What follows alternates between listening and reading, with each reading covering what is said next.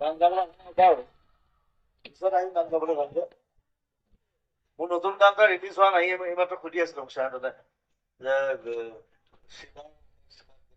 Singer আছে ৫-৬টামান গান আছে তাৰে এটা গান মই অকণ দুটা গাই দিম তোমাৰ নিৰি কথা মুকুল বনৰ সপোন ৰাতি অকল খনে বকুল বনৰ জাগে তোমাৰ কথা তোমাৰ কথা মোৰ নাম কাজলী চাংমা। মই জুবিন পাপাক মানে 2014 চনত লগ পাইছিলোঁ। তেতিয়াই লগ পোৱা আৰু তাৰপিছত হোষ্টেলত যোৱাৰ পিছত মানে NGOত যোৱাৰ পিছত তাৰপিছৰ পৰা 14 চনৰ পৰা 19 চনত লগ পালোঁ আৰু গুৱাহাটীত মানে কাম কৰিব আহিছিলোঁ। মানে মানুহে মোক ঠগাই লৈ আনিছিলে। 1 মাহৰ কাৰণে বুলি আনিছিলে। তাৰপিছত 1 মাহৰ বুলি কৈ মোক 1 মাহ হৈ যোৱাৰ পিছত মই ঘৰ যাম বুলি কওঁতে অহা সপ্তাহ পঠাম, কালি পঠাম, শুকুৰবাৰে পঠাম এনেকা কৰি কৰি মোক 9 মাহ থৈ দিলে। সদায় মই কৈ থাকোঁ যে ঘৰ যাম যাম বুলি। এনেকা নপঠায় আৰু তাত বহুতখিনি কথা আছে মানে অত্যাচাৰ মানে ট্ৰাফিকিং বুলি কয়। মই ওলাই আহিলোঁ পলাই এদিন ৰাতি মানে পলাই আহোঁতে জুবিন পাপাই চাগে কৰবাৰ পৰা প্ৰগ্ৰাম কৰি আহি থাকোঁতে মই মাজনিশা ৰাতি মানে ৰাস্তাত ওলাই যাওঁতে দীঘলী পুখুৰীৰ পৰা দৌৰি দৌৰি মই চান্দমাৰি পাই গ'লোঁ। চান্দমাৰিৰ পৰা মেইন ৰোডত মই থিয় হৈ মানে সহায় মানে পুলিচ থানাটো বিচাৰিছিলোঁ ক'ত আছে বুলি। তো সেই থানাটো বিচাৰি ইফালে সিফালে কৰোঁতে মানে 2টা না 3টা গাড়ী মানে সেইফালে পৰা আহিছে। তো এনেকা হওঁতে মই বাকীখিনি ইমান মন কৰা নাই, পুলিচৰ জীপখিনি মন কৰিছোঁ। তো পুলিচখিনি আহি আছে মোক সহায় কৰিব বুলি মই হাত উঠালোঁ। তো এই হাত উঠাওঁতে মানে জুবিন বাপাই মোক মন কৰিলে। ইমান মাজনিশা ৰাতি মানে এই সৰু ছোৱালীজনী কি কৰি আছে মানে ৰাস্তাত বুলি। তো সেইমতে এই গাড়ী ঘূৰাব দিলে। গাড়ীটো ঘূৰা বুলি। সেই গাড়ীটো ঘূৰাই মানে অপজিত চাইডত মই আছিলোঁ এইফালে আহিলে সেই সময়ত মোক অকমান ভয়ো লাগিছিলে প্লাছ অকমান পুলিচৰ জীপখিনি চাই অকমান মানে সাহসো পাইছিলে। তো এনেকা হওঁতে জুবিন পাপাৰ গাড়ীতো ঢেৰ মিউজিচিয়ান আছে মানে ইহঁতৰ লগত প্ৰগ্ৰাম চগ্ৰাম কৰাবিলাক। তো অকমান ইহঁতক সেইটো কাৰাভেনত আছিলে পাপাৰ যিটো আগত ভেনত ট্ৰেভেল কৰিছিলে যে সেইটোত দেখি মোক অকমান ভয় লাগিছিলে মানে চবখিনি ল'ৰা-ছৰা একসোপা। সেই তেতিয়া মানে জুবিন পাপাক দেখা নাছিলোঁ মই। তাৰপিছত গাড়ীটো ঘূৰাই মোৰ সন্মুখতে আহি পোৱাৰ লগে লগে মই দেখা পালোঁ যে খিৰিকী চিটত মানে জুবিন পাপা আছিলে। তাৰপিছত মই দেখিয়ে মানে আচৰিত পালোঁ, জুবিন বুলি ক'লোঁ। সেই তেতিয়াই সি ক'লে মই জুবিন, কি হ'ল বুলি ক'লে। সেই তেতিয়া তথাপিও মানে মোৰ এনেকা হৈ গ'ল যে কি হ'ল নহ'ল মোক মানে সহায়হে লাগে। জুবিন বাবাৰ গাড়ীটো বাদ দি মই পুলিচৰ জীপখিনিত গৈছিলোঁ। তাত গ'লে ইহঁতক দাদা মোক সহায় লাগে, মই ঘৰ যাব বিচাৰোঁ। মই ঘৰ পঠাই দিয়ক। সেই তেতিয়া ক'লে সহায় কৰিমেই দাদাৰ ওচৰত যাওক বুলি ক'লে মোক। ইহঁতে উল্টা মোক আৰু সেই গাড়ীটোৰ সন্মুখত পঠালে। তো আকৌ মই গ'লোঁ। তেতিয়া জুবিন পাপাই মোক সুধিলে যে তুমি নাগা ছোৱালী নেকি বুলি মোক সুধিলে। মই কৈছোঁ মই নাগা নহয়, মই ট্ৰাইবেল হয় বুলি ক'লোঁ, মই গাৰো। সেই তেতিয়াই সোধ-পোছ কৰিলে যে ইমান ৰাতি তই কি কৰিছ ৰাস্তাত বুলি ক'লে। তো মই কৈছোঁ মই ঘৰ যাব ওলাই আহিছোঁ। মোক ইয়াত মানে মানুহে ঠগাই বন্ধ কৰি ৰাখিছে মানে। ঘৰ যাব দিয়া নাই বুলি। সেইটো সোধ-পোছ কৰি থাকোঁতে মই য'ত পাৰা পলাই আহিছিলোঁ মানুহকেইটা ইহঁতে মোৰ জুবিন বাপাৰ গাড়ীৰ আগত মানে গাড়ীটো ৰখাই দিলে।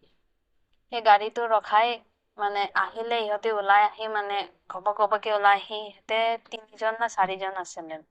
অকল মতা মানুহখিনিয়ে আহিছে মানে লেডিজ মানুহ নাই মোক লগত।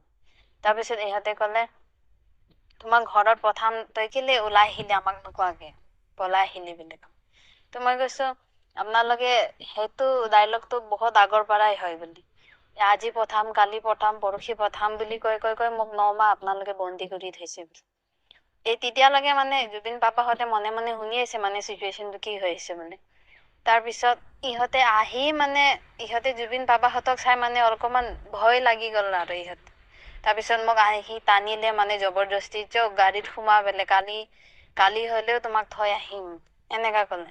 তো মই কৈছে এইখিনি আপোনালোকৰ পুৰণা ডায়লগ হয়, আগৰ পৰা এনেকা কৰি আহিছে, আৰু মোক আকৌ লৈ যাবি তাতে, আকৌ আপোনালোকে বন্ধকত দি থবি বুলি। সেনেকা হওঁতে মানুহবিলাক আহি মোক টানাৰ লগে লগে জুবিন বাবাই চিঞৰিলে হয় বুলি। তাৰপিছত একেবাৰে ছোৱালী পৰা আঁতৰ বুলি কওঁতে যিটো পুলিচৰ বডিগাৰ্ড খিনি আছিল, ইহঁতক দৌৰি আঁতৰাই লৈ গলে। তাৰপিছত গাড়ীৰ পৰা যিমান মিউজিচিয়ান খিনি আছে চবে ওলাই আহি মানে এজনে মোক সাবতি ধৰিলে, ভয় নকৰিবা নাকান্দিবা বুলি। বাকী খিনি ইহঁতক আঁতৰালে। তাৰপিছত জুবিন পাপাই ক'লে তাক গাড়ীত সোমা, বাহিৰত তাৰ কাৰণে ভাল নহয় বুলি। গাড়ীত সোমালে, গাড়ীত সোধ পোছ কৰিলে, আধা ঘন্টামান তাতে গাড়ী ৰখাই মোক সোধ পোছ কৰিলে মানে ভিতৰত। তাৰপিছত জুবিন পাপাই সিহঁতে নিজে নিজে কথা পাতিলে আকৌ, ইয়াক লৈ যাম বুলি ক'লে কিছুমানে, আৰু জুবিন পাপাই ক'লে নাই নহব, ইয়াত অকলে থাকিলে আমি লৈ গলো হয়, কিন্তু এতিয়া এনেকা মানুহ আহিলে আমাৰ ওচৰতে তাক টানা টানি কৰিলে, আৰু সেইটোতো সাধাৰণ কথা নহব বুলি। তাৰপিছত থানাত লৈ গ'ল মোক, চান্দমাৰি থানাত দিয়াৰ পিছত মোক লেডিজ কনষ্টেবল বিলাকে আহি লৈ গ'ল ৰাতিটো শুব দিবৰ কাৰণে। ৰাতিপুৱাই চাইল্ড লাইন বিলাক আহি মানে মোক তাৰ পৰা লৈ গ'ল, জুবিন পাপা অহাৰ আগতে মানে হোষ্টেলত দি দিলে, NGO হোষ্টেলত। তাতে NGO হোষ্টেলতে 14 চনৰ পৰা পঢ়িছো, পঢ়া-শুনা কৰি 18 চনত মই ওলালো মানে বাহিৰত, অহা যোৱা মানে PGত চিফ্ট কৰি দিলে আমাক ফাৰ্ষ্ট বেঞ্চ বিলাকক। এনেকা হওঁতে মই টেইলাৰিং কৰ্চ কৰি থাকোতে, টেইলাৰিং ডিজাইনিং এইবিলাক কৰ্চ কৰি থাকোতে অহা যোৱা কৰো। এনেকা হওঁতে 19 চনত মানে ক'ত মানে যোনে কেছ FIR জাজ কৰিছে, ইহঁতক মানে মাতিছিলে উইটনেছৰ কাৰণে, মানে কৰ্টত এনেকে মাতে ন উইটনেছৰ কাৰণে মানে। তো এনেকা হওঁতে জুবিন বাবা কলকাতাত আছিলে, তেতিয়া শুনি পালে মানে কৰ্টত মাতিছে বুলি, সেই তেতিয়া মানে কলকাতাৰ ফালে চিধা লেন কৰি আমাৰ হোষ্টেলত আহিলে মোক চাবলৈ। কলকাতাৰ পৰা অহাৰ পিছত মানে মোক লগ ধৰিলে, আমাৰ অফিচত মানে NGOৰ অফিচত হোষ্টেলত ওপৰত গৈ মানে মোক লগ ধৰাইছে মানে। লগ ধৰাৰ পিছত সেইদিনাখনে জুবিন পাপা মোক ভালদৰে চালে আৰু ক'লে তই দেখোন আদাতে ৰখি গ'ল, নাই বাৰা। আদাতে ৰখি কথা বতৰাবোৰ হয় আৰু ভালদৰে মোক চালে। তাৰপিছত মোক ক'লে তোমাৰ নাম্বাৰটো দে বুলি, মোক নাম্বাৰটো ছেভ কৰি ল'লে। একেবাৰে মই হেল্পলেছ হৈ গৈছিলো, মানে আজিতো চাগে মই নিশ্চয় মৰিমেই মানে। এনেকা সময়ত মানে আহি মোক উদ্ধাৰ কৰিলে। মানে নতুন জীৱন মোক দান কৰিলে এনেকা মানে। এইদিনাখন ই নাহিলে, তাৰ জাগাত যদি বেলেগ হলেতো মোক নিশ্চয় ফাইদা উঠালে হয়, কিন্তু ইহঁতে আহিয়ে মোক মানে বাচিলো, এটা ধুনীয়া জাগাত ঠাই পালো, পঢ়িব পালো।